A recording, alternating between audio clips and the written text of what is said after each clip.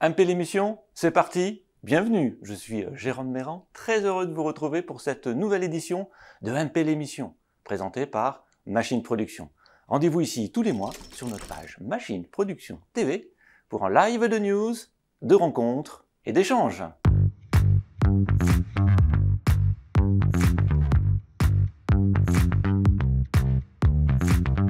Et pour ne pas rater chacune de nos émissions, abonnez-vous à notre chaîne Machine Production TV. Au sommaire de l'émission, nous allons décrypter l'actualité de l'industrie mécanique et pour cette nouvelle émission, focus sur le médical. Fabriquer des dispositifs médicaux qui soient implantables ou non est une activité très réglementée. Quelles sont les contraintes pour les fabricants? Comment parviennent-ils à les surmonter? Et que signifie concrètement le marquage CE? Pour en parler, je reçois sur notre plateau 3 invités. Catherine Coll, vous êtes enseignant-chercheur à l'Université de Bordeaux en faculté de pharmacie et présidente de la commission sur le management de la qualité des dispositifs médicaux à l'AFNOR. Catherine Coll, bienvenue. Merci. Karim Louxala, vous êtes CIO de Biosmile Intégration. Bienvenue. Merci. Et Christian Houry, PDG de la société Houry Guyet et Fils. Bienvenue. Merci.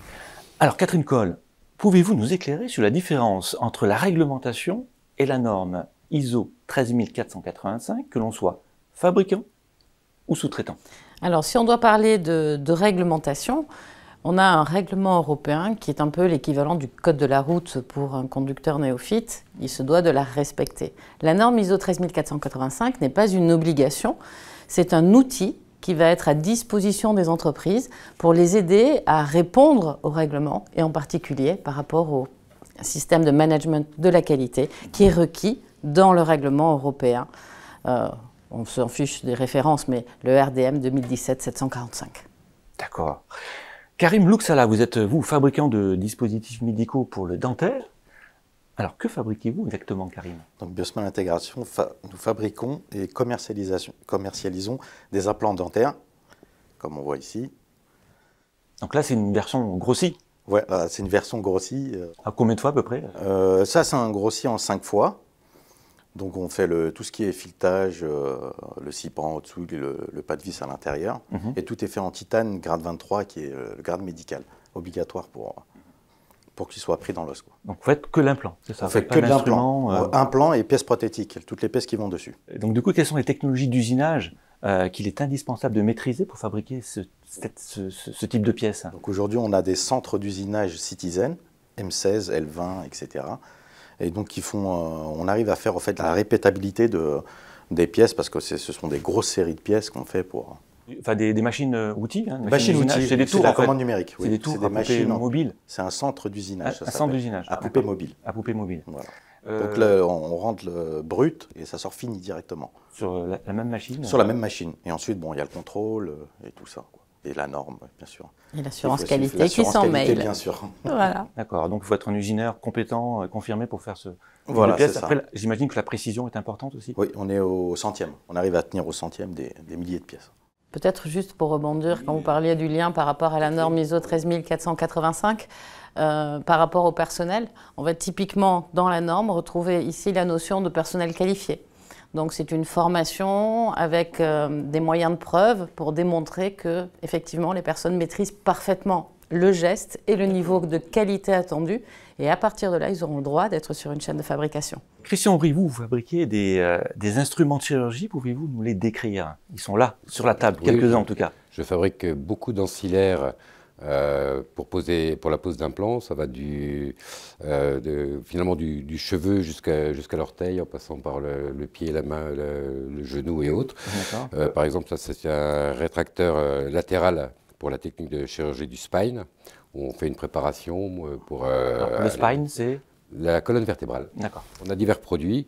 De la même manière, on travaille en partenariat avec les majors, nos clients qui fabriquent des implants, qui maîtrisent la technique opératoire, et on développe avec eux l'instrumentation. De la même manière, avec des centres d'usinage, mais aussi avec du travail manuel, puisqu'on a besoin d'ajustage, puisque les pièces, nous, on va faire des assemblages, et il faut que ça soit répétable. Et donc la répétabilité, on en est conscient en interne, mais aussi jusqu'au bloc opératoire, puisque l'instrument va servir à poser des dizaines et des dizaines d'implants. Et sur quel savoir-faire vous vous appuyez en dehors de l'usinage pour fabriquer ces pièces? Alors, il y a le savoir-faire ancestral de l'entreprise, où on a plus de 110 ans d'existence, où on était forgeron ajusteur. D'accord. L'ajustage est très très important et est toujours lié finalement à l'usinage et tout, puisqu'on le retrouve. Et puis ensuite, on a intégré, on a évolué et on a posé notre savoir-faire sur les nouvelles techniques, sur aussi bien technique opératoire que industrialisation, avec des centres d'usinage, des poupées mobiles Nomura ou des centres 5 axes. Et on a associé le savoir-faire de l'ouvrier avec le savoir-faire de l'usinier qui est chez nous, qui va réaliser une pièce. Et on associe aussi toutes les technologies jusqu'à la 3D, où on a créé la 3Tech Plus avec BPI Excellence. Et par exemple, ce produit en est la première issue, où on a des pièces qui sont réalisées en 3D métal. Imprimées en 3D. Imprimées en 3D, mais réusinées derrière, puis ajustées par le forgeron ajusteur, qui lui va apporter son savoir-faire pour que ça donne satisfaction au chirurgien et à la technique opératoire. Alors justement, vous avez des meilleurs ouvriers de France au sein de votre entreprise? Oui, nous avons 4 meilleurs ouvriers de France. Donc alors à quel poste ils travaillent? Ils sont forgerons ajusteurs. Tous les 4? Tous les 4 sont forgerons ajusteurs. Il y en a un 5e qui est en train de préparer cette démarche. C'est une démarche personnelle, de notion de maîtrise du savoir-faire et de l'excellence.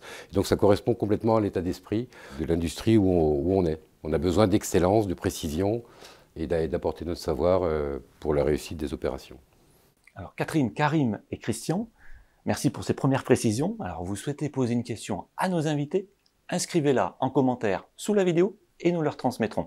Alors Karim, par rapport à votre process de production, de l'usinage jusqu'au stade de la finition, que vous impose la norme ISO 13485? En fait, nous, ce qui nous impose la norme ISO 13485, c'est tout simplement la traçabilité du début de la fabrication jusqu'à la fin.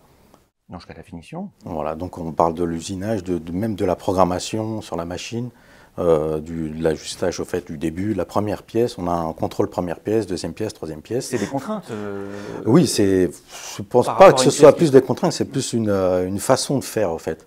Il nous impose plutôt une façon de faire, qu'elle soit un peu normalisée, que ce soit toujours la même chose au fait, qu'une fois que ça devienne au fait, il y a un automatisme. Quand on commence la pièce, au fait, on a un lancement. Donc on établit combien de pièces il faut faire, avec bien sûr noter la matière, etc. On a un numéro matière à noter, bien sûr qui est du titane, grade médical pour moi, enfin pour nous tous. Même la personne qui va faire la pièce, au fait, on doit signer, poser des visas, etc. Donc ça part vraiment du début jusqu'à la fin. Quand je dis du début, au fait, de la programmation jusqu'à la pièce finie, jusqu'au contrôle final, etc. Et ensuite, on a un numéro de lot aussi qui est associé à la fabrication. Chaque pièce, au fait, aura un numéro de lot unique. Je pense que pour compléter un petit peu ces propos, mais là, on voit le côté du producteur qui vit la norme intensément. La norme ISO 13485 va au-delà, c'est-à-dire qu'elle représente tout un schéma d'organisation qui vise à sécuriser le procédé de fabrication. Donc, ça sous-entend bien évidemment tous les contrôles dont Karim parlait, mais on va avoir toute une documentation associée pour donner les directives de travail. On va maîtriser la qualité du matériel pour être certain que si on doit être au millième de millimètre, eh bien on est bien au millième de millimètre. Voilà, donc c'est non seulement la traçabilité, la qualité du dispositif qui va être réalisé, mais véritablement tous les processus inhérents pour maîtriser le grand mot, les risques. Voilà. Et quand on a parlé de risques, on a tout dit. Alors Christian, vos dispositifs médicaux ne sont pas implantables, et pourtant, les contraintes sont-elles identiques? Alors les contraintes sont les mêmes. Juste pour rebondir sur ce que vous disiez, en 2006, quand on est arrivé, voilà, les normes ISO 13485, ça arrive. On l'a pris dans les premiers mois comme une contrainte, et puis on s'est dit que c'était plus intéressant de le prendre comme un outil. Et c'est devenu un outil très important, tant pour la fabrication que pour mesurer, en termes de performance, en termes de sécurisation, en termes de traçabilité, des choses qu'on faisait un petit peu partout et qu'on éparpillait. Et donc ça a recentré et tout. Donc c'est un outil qui est pour nous très intéressant. Après, nos instrumentations sont de la classe 1 à ce jour. Avec le nouveau règlement, ça va passer en 1R. Donc il y a un gros travail réglementaire. Classe 1, classe 1R, c'est quoi la différence? Réutilisable, donc par rapport au nouveau règlement qui arrive, ça veut dire que il y a la longévité de l'instrument, il y a la documentation qui va venir s'appuyer par rapport à ça. Et si demain on doit créer un produit, on rentre bien sûr dans ce schéma avec tous les protocoles à suivre, les petites cases à cocher pour que ça fonctionne. Mais on a exactement les mêmes contraintes que pour l'implant, parce que nos clients ne vont pas à deux vitesses. Et c'est beaucoup plus simple pour eux, pour nous aussi. On parle tous le même langage, on a tous la même problématique et on apporte tous les mêmes solutions. Christian, quelles sont les différentes étapes avant de mettre sur le marché un nouvel instrument? Alors nous, on est souvent associés à nos clients, donc on fait de l'aide au développement, mais si je devais développer moi-même un produit, donc j'aurais la conception, ensuite j'ai tous les essais cliniques, toutes les validations qui sont associées, et ensuite donc, en collaboration avec mon Notify Body, et puis après, ça serait la mise sur le marché dans les règles. Donc c'est lourd, mais c'est réalisable si on suit bien le schéma. Il ne faut pas oublier la biocompatibilité. La biocomp, obligatoire, oui. Enfin, voilà. C'est vrai que pour nous, elle est intégrée depuis de nombreuses années. C'est un package, on y pense dès la conception. Nettoyabilité, donc après la biocomp. Et ça, la biocomp va jusque dans tous les choix qu'on a dans nos entreprises, pour l'usinage, pour le matériel, les machines, tout ce qu'on met. Tout a une incidence potentielle. Donc c'est une grosse charge, mais pas inintéressante. Et pour expliquer ce qu'est la biocompatibilité, c'est la réaction du corps humain vis-à-vis du matériau. Est-ce qu'on va faire une réaction inflammatoire? Est-ce qu'on va se retrouver tout rouge avec des boutons parce qu'on a une réaction allergique et sur des matériaux implantables? Est-ce que le corps ne va pas rejeter le dispositif médical? Y compris aussi pour les instruments chirurgiens qui sont au contact de la peau. Pour tout. Voilà, hein, donc même si c'est pas pas implantable. Même un pansement, on aurait simplement un pansement, on va faire une étude de biocompatibilité pour être certain qu'il soit supporté par la peau. Parce qu'il peut y avoir une pollution par une huile machine qui ne va pas être bien évacuée et puis qui va poser problème après. Donc tous les process, à chaque phase de fabrication, jusqu'à l'emballage, hein. C'est-à-dire que tout est hyper important, maîtrisé et contrôlé par le Notify Body, plus nos clients qui viennent faire des audits réguliers, comme quoi tout est maîtrisé. Notify Body, c'est un organisme notifié. Notifié, oui, c'est lui qui... C'est plus joli, Notify Body, finalement. Karim, vous, chez BioSmile Intégration, quelle est votre stratégie d'innovation pour développer un nouvel implant? Oui, donc nous, on travaille avec beaucoup d'implantos et de prothésistes qui utilisent donc nos pièces. Donc on les accompagne, on fait des questionnaires à chacun qu'on voit régulièrement et puis ils nous parlent en fait de leurs problèmes, si c'est plus simple ou plus dur. Et donc nous, on adapte un petit peu ce qu'ils veulent en concret, quoi, tout simplement. Donc, qu'est-ce qu'ils recherchent dans un nouvel implant? Par exemple, je sais pas, il y a un dentiste qui met un implant qui est tout au fond, assez loin. Et parfois, les outils sont ou trop grands ou trop petits, ou il n'arrive pas à passer, etc. Donc, on essaye de faire un lien en fait entre nous et lui, bien sûr avec le faisable. Et donc, on essaie de le faire, mais tout ça après, c'est... En fait, vous adaptez l'implant à l'instrument? L'implant, en fait, à l'utilisation. Ouais. On adapte plutôt l'utilisation à la pièce, et pas la pièce à l'utilisation. Je pense que notre point fort chez BioSmile, c'est ça, quoi. C'est que nous, vraiment, on adapte l'utilisation à la pièce, et pas le contraire. Une réaction? Une réaction particulière.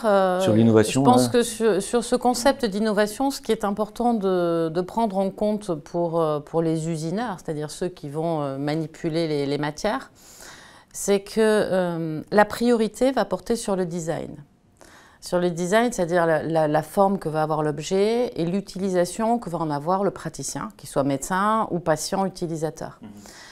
Et derrière, quand on va faire les essais, en particulier les essais cliniques, si on se rend compte qu'il y a des choses qui ne sont pas correctes et qu'il faut améliorer le système, on a 3 niveaux d'exigence au niveau de la norme et du règlement européen. La priorité, ça va être de pouvoir redesigner le dispositif médical. Donc, il va falloir qu'il ait une configuration qui soit optimisée. Si on ne peut pas le faire, parce qu'il y a certains moments où, par exemple, dans la bouche, il n'est pas forcément simple d'aller chercher derrière une molaire ou sur un rachis, arriver à écarter des vertèbres pour pouvoir positionner exactement au même endroit, on est obligé de passer par ces éléments-là. Donc, ça veut dire que si on ne peut pas designer, on est allé au bout du bout de ce que l'on pouvait faire. À ce moment-là, on va passer par de l'information au praticien, à l'utilisateur, en intégrant éventuellement de la formation. Et donc, ces messieurs peuvent, par rapport à leurs implants, dispenser des formations à leurs clients pour qu'ils sachent l'utiliser correctement. Voilà, donc ça dépend en fait de si on va jusqu'à l'installation et à l'encadrement. Et ça, c'est décrit dans le dossier de marquage CE dont on parlait tout à l'heure. Alors vous qui nous regardez, n'hésitez pas à réagir aux propos de nos invités en postant un commentaire sous la vidéo. Alors Karim et Christian, la crise Covid a-t-elle eu des répercussions dans votre entreprise? Chute brutale de commandes, problème d'approvisionnement matière, etc. Donc nous, pendant le Covid, il y a eu une chute totale de commandes, donc tout s'est arrêté du jour au lendemain. Bon, nous, ça nous a permis de faire un petit peu de stock pour l'après-Covid qu'on avait déjà préparé. Et vous, Christian, alors, pendant la phase Covid? Alors pendant la phase Covid, la phase de confinement? Oui, on a été un petit peu impacté. Alors on fait 60% en export. Donc ça a été un petit peu décalé et jamais au même rythme. On a eu les plans blancs avec la France, donc ça a beaucoup freiné puisque toutes les opérations non prioritaires ont été décalées, mais ça marche un petit peu à l'étranger. Mais le monde finalement a commencé à tout sauter, donc on a tout sauté avec eux. Toute l'équipe a courbé les chines, on a dit on va passer le cap. Alors ça nous a permis de rattraper un peu nos retards, parce qu'on a toujours un petit peu de retard. Et puis finalement, tout s'est pas trop mal passé pour la relance, avec cette dernière vague qui arrive, où il y a une part aléatoire, c'est-à-dire qu'on a du mal à se projeter, les forecasts de nos clients, c'est un petit peu pour le moment du pifomètre, mais on est très réactif. Et comment vous parvenez à être réactif? Réactive en essayant de sourcer et d'achalander la matière première, parce qu'une fois qu'on a la matière première, on peut travailler. Tant qu'on n'a pas la matière première, c'est compliqué. Et le monde a été complètement déstabilisé. Alors de notre côté, par rapport à la matière première, qui est le point de départ, c'est compliqué. Il y a eu des effets d'aspiration de la matière dans certains pays. Et comme on est bloqué sur les normes, avec des matériaux et des fournisseurs qualifiés auprès de nos clients, on ne peut pas déroger à ça. Donc on essaie de gérer au mieux les délais, donc on anticipe un petit peu nos stocks. Mon expert comptable n'est jamais content, mais on est obligé finalement pour être réactif et accompagner nos clients. Pour les relances, comme vous disiez, ça relance, ça freine, ça relance, ça freine, mais on y arrive, on arrive à passer le cap. Vous subissez aussi des hausses de prix des matières premières? Ah oui, c'est très compliqué, des 12-15 points qui arrivent en plein milieu d'une année, en disant c'est comme ça, et on n'est pas suffisamment gros pour peser sur ces aciéries. Et donc on le subit, on le digère, et puis on va commencer à essayer de le répercuter. On a discuté beaucoup avec nos clients pour partager la poire en deux, en disant voilà, on ne peut pas tout supporter par rapport à ça. Karim, c'est pareil aussi sur la hausse des matières premières? Le titane, ça part du simple au double. Là, c'était en début d'année, il est passé au fait du simple au double, en même pas 4 mois. Et vous arrivez à répercuter sur le prix du produit final? Non, on est obligé de tout prendre sur nous.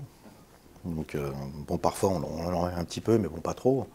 Mais le poids est pris totalement sur la société. On ne peut pas répercuter parce que peut-être dans 6 mois, il va rebaisser, ensuite il va remonter. C'est vraiment... Puis c'est aléatoire. On ne peut même pas savoir, on ne peut pas prévoir. Alors Catherine, c'est aussi l'ensemble de la filière des dispositifs médicaux qui a été impactée par la pandémie. Alors effectivement, c'est une réalité très, très concrète et compliquée à gérer. Si on écoute ce qui vient d'être dit, on a eu clairement des difficultés d'approvisionnement. Alors comment on a pu mesurer ça au sein de l'AFNOR? Tout simplement dans le cadre de la commission que je préside. On a autour de la table à peu près une trentaine d'industriels qui viennent de tous les univers. Donc on a déjà une première problématique qui s'est posée, c'est l'approvisionnement. L'approvisionnement, on a du sourcing qui a été complexe avec des pays qui ne pouvaient plus approvisionner parce que tout simplement les avions ne volaient pas, parce qu'il y a eu des systèmes qui se sont arrêtés ou alors des surenchères sur la matière. Et là, je pense à toutes ces fabrications qui, pour le coup, sont montées en flèche parce que si au niveau des implants dentaires, il y a eu un coup d'arrêt brutal, ça n'a pas été le cas pour les masques que nous avons tous le plaisir de porter en ce moment, ou bien les respirateurs pour les blocs opératoires. Et donc là, on s'est retrouvé avec, on va dire, de crépage de chignons sur les tarmacs des aéroports parce que un tel voulait prendre la palette du copain et c'était à celui qui allait payer le plus cher. Donc ça, c'était une réalité. Le sourcing a vraiment positionné ça de manière très, très complexe. La deuxième problématique qu'il a fallu apprendre à gérer, c'est travailler et maîtriser un process de fabrication avec le télétravail. Parce qu'il ne faut pas oublier quand même que la plupart des collaborateurs, sauf ceux qui étaient indispensables, étaient chez eux et devaient gérer un système qualité avec la maîtrise totale du process tout en travaillant à la maison. D'accord. Ouais. Donc ça a aussi complètement fait évoluer le panorama. Ça nous a appris de nouvelles méthodes de travail par contre.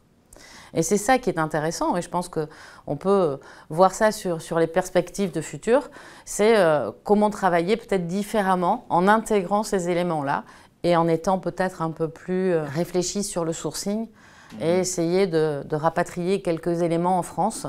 C'est d'ailleurs une réflexion nationale, je crois, aujourd'hui, parce que ça touche le dispositif médical, ça touche le médicament, enfin ça touche tous les corps de la santé.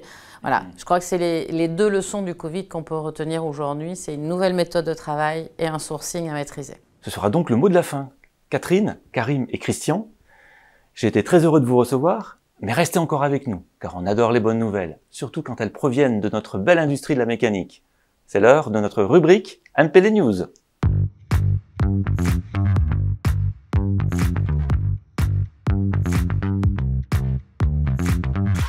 Tout va pour le mieux dans la meilleure des industries.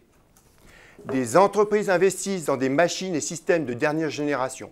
On peut citer Techni Aéro qui renouvelle sa confiance à la société Urco avec la commande d'un tour à commande numérique. Saint-Gobain va réceptionner un tour Somab.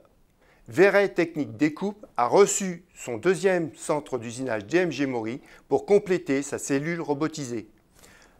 L'industrie embauche toujours. Mécanique recherche un fraiseur régleur CN.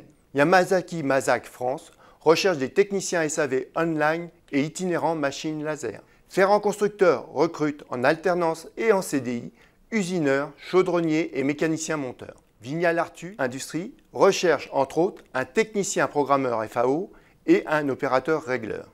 Retrouvez toutes ces informations complètes et bien d'autres encore sur notre site machineproduction.fr, espace emploi.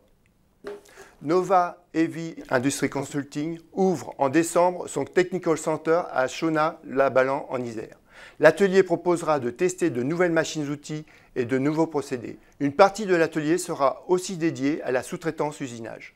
Gilles et Philippe Pernoud ont annoncé en octobre la reprise de leur entreprise, Georges Pernoud Le Groupe, par Alexandre Bataille et Hugues Ferret, deux industriels français.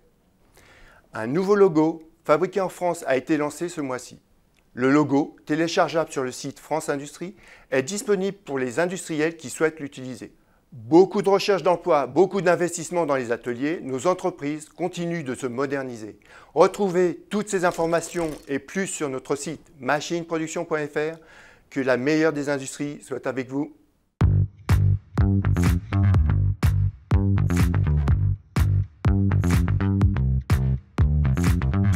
Alors, si vous cherchez un emploi ou un candidat, rendez-vous désormais sur la page emploi de Machine Production sur le site machineproduction.fr.